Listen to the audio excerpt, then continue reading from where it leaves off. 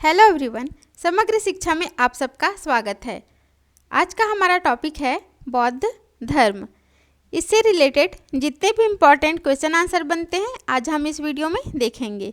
लेकिन इससे पहले हम जान लेते हैं थोड़ा सा बौद्ध धर्म के बारे में। बौद्ध धर्म के संस्थापक कौन थे? महात्मा बुद्ध, जिनका जन्म कपिलवस्तु के लुम्बिनी नामक स्थान में हुआ था। इनके पिता थे शुद्धोधन। क्या था इनके पिता का नाम? इनके पिता का नाम था शुद्धोधन, जो शाक्य गण के प्रधान थे।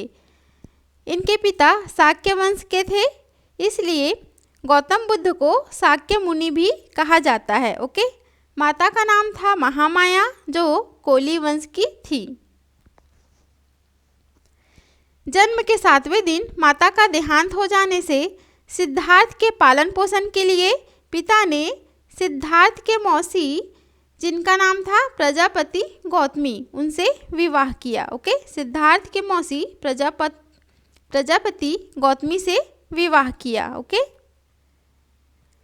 16 वर्ष की अवस्था में सिद्धार्थ का विवाह यशोधरा से हुआ, जिनका बौद्ध ग्रंथों में अन्य नाम क्या मिलता है? बिंबा, गोपा, भद्द, कच्छना। ओके। बुद्ध का एक पुत्र हुआ जिसका नाम था राहुल। सांसारिक समस्याओं से व्यथित होकर सिद्धार्थ ने 29 वर्ष की आयु में गृह त्याग दिया, और इस गृह त्यागने को क्या कहते हैं बौद्ध धर्म में? महाभिनिष्क्रमण। ओके।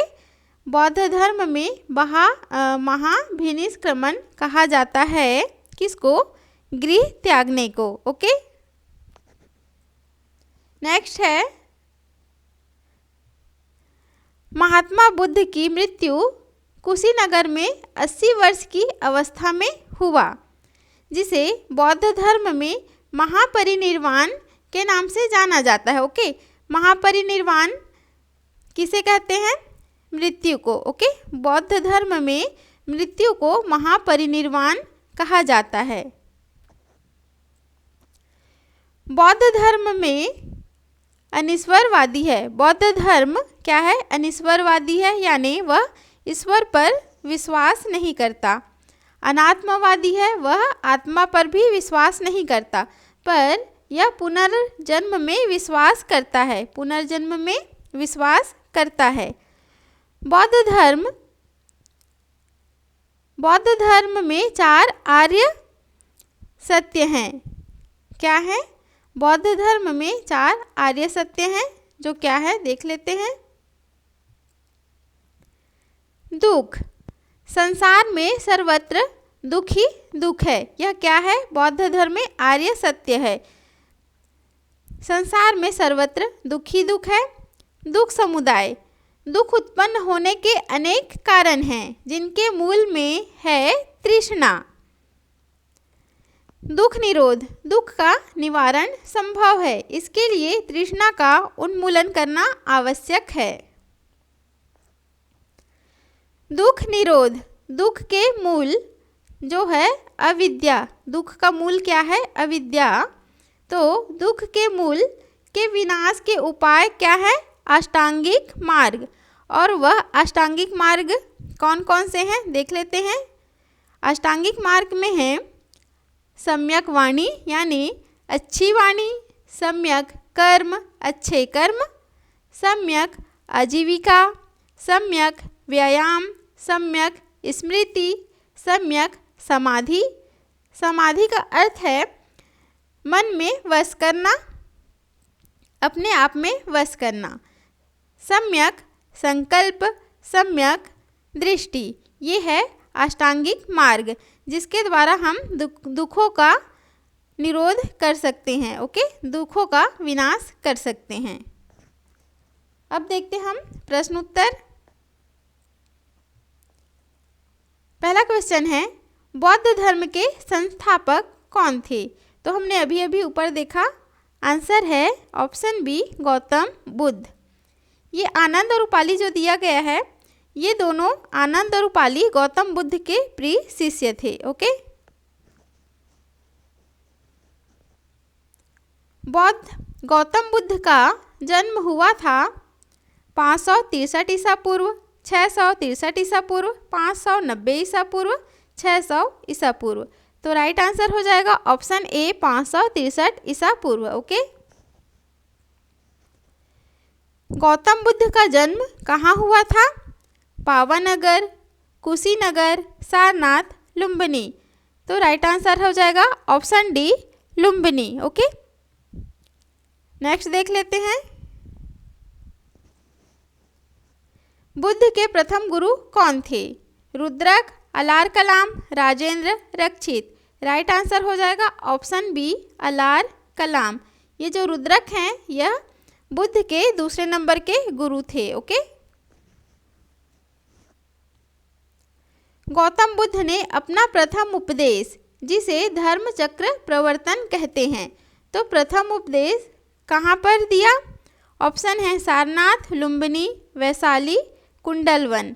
तो राइट आंसर हो जाएगा ऑप्शन ए सारनाथ। नेक्स्ट देख लेते हैं, गौतम बुद्ध के पिता का नाम क्या था? तो हम देख लेते हैं, सिद्धार्थ, शुद्धोधन, सिद्धमन, सिद्धवर्मन। हमने अभी अभी ऊपर पढ़ा था। तो राइट आंसर हो जाएगा ऑप्शन बी शुद्धोधन। गौतम बुद्ध के बचपन का नाम क्या था? गौतम बुद्ध के बचपन का नाम था सिद्धार्थ। तो ऑप्शन सी सही हो जाएगा। गौतम बुद्ध ने सर्वाधिक उपदेश कहाँ पर दिए थे? ऑप्शन है श्रावस्ती, कुशीनगर, राजगृह में, लुम्बिनी में। तो राइट आंसर हो जाएगा श्रावस्ती में। ओके।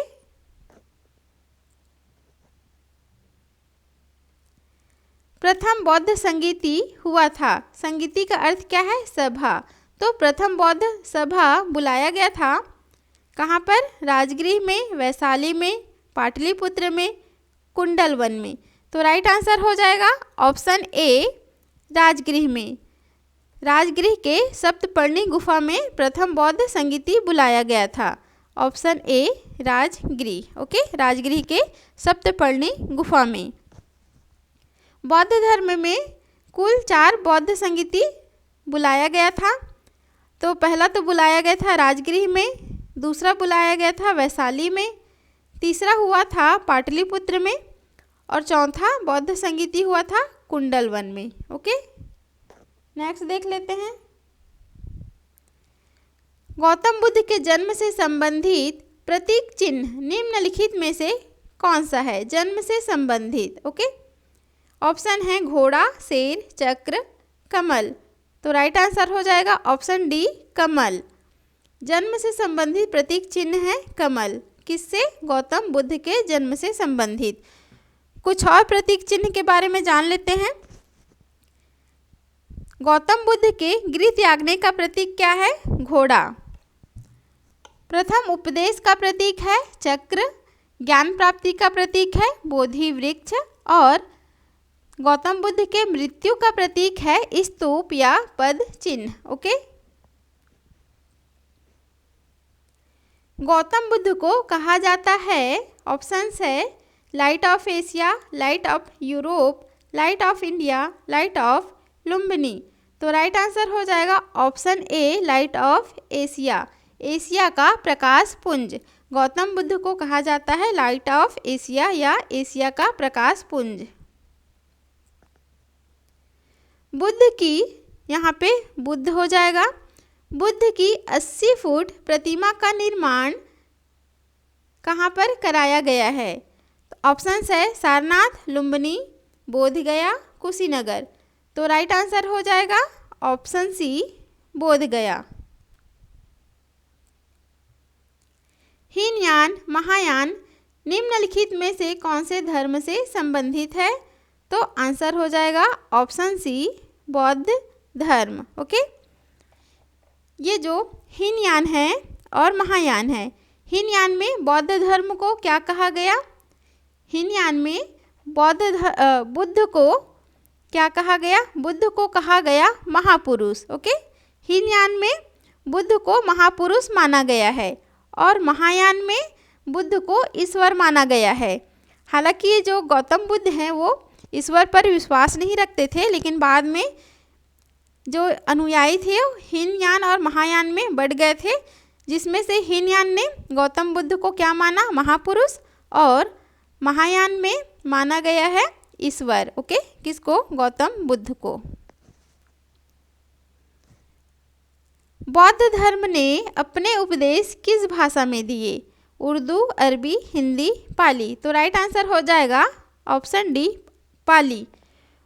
बौद्ध धर्म ने अपने सर्वाधिक उपदेश पाली भाषा में दिए हैं। ओके, बौद्ध धर्म के त्रिरत्न में कौन में शामिल नहीं है, यहाँ पे हो जाएगा निम्नलिखित। बौद्ध धर्म के त्रिरत्न में निम्नलिखित में से कौन शामिल नहीं है, कौन शामिल नहीं है पूछ रहा है। ऑप्शन है बुद्ध, धम्म, संघ, यहाँ पे हो जाएगा संघ, जीव। तो बौद्ध धर्म के त्रिरत्न में जो शामिल नहीं है, इन ऑप्शनों में शामिल नहीं है, वो हो जाएगा जीव। जीव शामिल नहीं है। त्रिरत्न में शामिल है बुद्ध, धम्म और संघ। ओके, त्रिपिटक निम्नलिखित में से किस धर्म से संबंधित है, तो ऑप्शन सी हो जाएगा बौद्ध धर्म। त्रिपिटक बौद्ध धर्म से संबंधित है। और त्रिपिटक क्या है, त्रिपिटक है, त्रिपिटक में 3 चीज़ें आती हैं, विनय पिटक, सुत्त पिटक, अभिधम्म पिटक। विनय पिटक क्या है, विनय पिटक है, इसमें बुद्ध के उपदेशों का संग्रह है। ओके, विनय पिटक में बुद्ध के उपदेशों का संग्रह है। सुत्त पिटक में क्या है, सुत्त पिटक में संघ के नियमों का संग्रह है। और अभिधम्म पिटक में क्या है, अभिधम्म पिटक में है बुद्ध के दार्शनिक विचार। ओके, नेक्स्ट है बौद्ध धर्म में महापरिनिर्वाण का संबंध है जन्म से, उपदेश से, ध्यान से, मृत्यु से। तो राइट आंसर हो जाएगा ऑप्शन डी, मृत्यु से। बौद्ध धर्म में महापरिनिर्वाण का संबंध है मृत्यु से। महात्मा बुद्ध का महापरिनिर्वाण हुआ था 400 ईसा पूर्व, 483 ईसा पूर्व, 500 ईसा पूर्व, 540 ईसा पूर्व। तो राइट आंसर हो जाएगा ऑप्शन बी, 583 ईसा पूर्व। ओके, सॉरी 483 ईसा पूर्व, 483, 483 ईसा पूर्व हुआ था बुद्ध का महापरिनिर्वाण। ओके, नेक्स्ट है प्रथम बौद्ध संगीति किसके शासनकाल में हुआ था। ऑप्शन है अजातशत्रु, कालाशोक, अशोक, कनिष्क।